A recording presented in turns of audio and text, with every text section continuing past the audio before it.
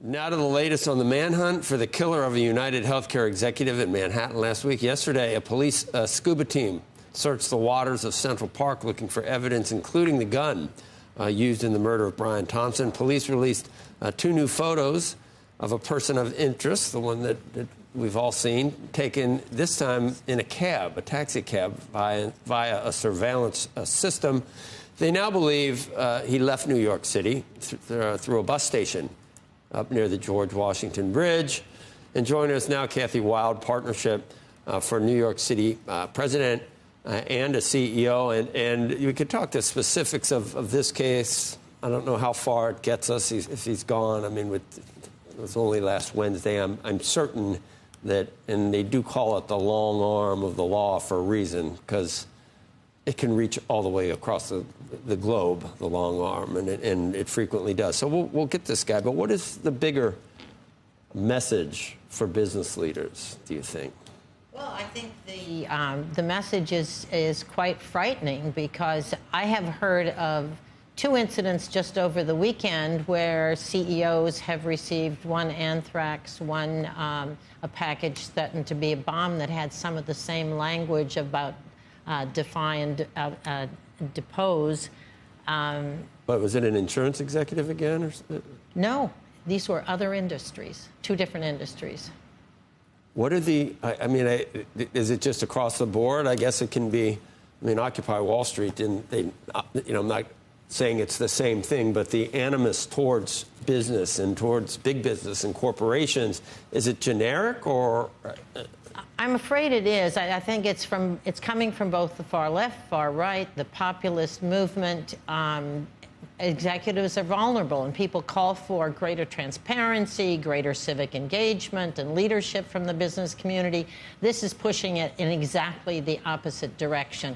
Nobody wants to feel this vulnerable, and actually the reaction. The immediate reaction to the shooting of Brian Thompson from the internet, from the hate and the hate speech that came out, which always is a precedent to violence, it was almost worse than the killing.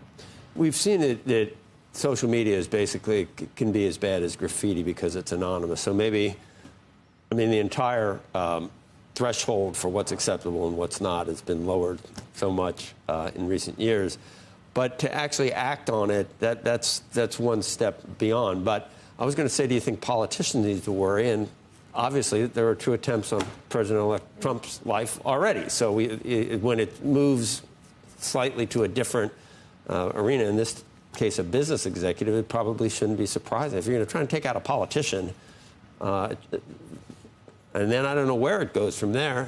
No one is safe. Well, I think your point that about the assassination attempts on the president is very much a precedent, because it actually, I think it does transfer over. And once you've seen that happen, anything goes. It's like, I'm so mad, I'm justified. Yeah, exactly. And I think the point here is, I really think President-elect Trump is the only one that can do anything about this level of animus. I think he's got to turn this around. He's very good at messaging to people who feel, we've seen, to people who feel angry and frustrated and left out of the financial success of the country, whatever motivated this. I think he's the only one who can turn this around, and I think we really ought to be asking him to come forward quickly with strong messaging. Do we need, as the security industry, to start ranking which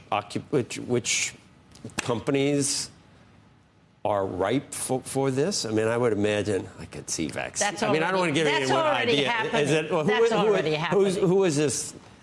It could be generic. Anyone who gets paid $20 million a year, you could be mad at, I guess. Well, it started, you mentioned, it started in the financial crisis and with the Occupy Wall Street. So it goes back to that.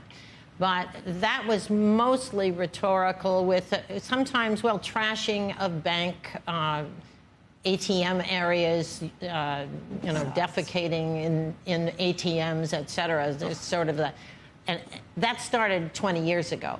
but it's been a gradual increase. And a lot of it was over fossil fuel use, the environment, on the financial industry. Right. So a lot of it came there. I mean, banks have been that deal with fossil fuel activity have had violent protests. You remember last summer when there were fistfights outside the Citibank. I was going to say, one of the great things about New York is I've found that most executives, CEOs, billionaires and the like feel very free to walk around this city, oftentimes with no security in their family, and I see all sorts of people. I run into them on the subway, happily. Really. I know people probably don't believe that, but you do.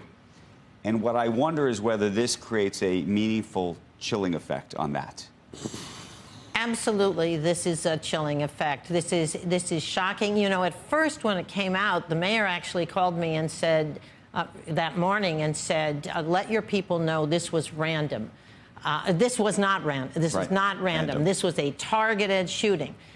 And that made people feel better for 5 minutes. But then as soon as it came out that it wasn't personal. You know, we were all hoping it had some kind of family dynamic or something. Exactly. When it wasn't personal, but it was an attack on somebody because of their job, then all of a sudden it changes everything. We still don't know exactly what this was. If I was doing a personal attack on somebody, I might try and make it look like this too, but it doesn't matter in the end because what it has unleashed. I mean, I've been shocked following on social media how angry people are and how, again, they will try and justify what has happened as a result. I didn't know about the two other incidents that you mentioned over the weekend. They aren't public. They have not been publicized yet, but we are talking about additional actions that have taken place towards corporate leaders here in New York City that look like copycat type of issues. Yes, and institutions. I was with a bunch of leaders last week on Friday morning,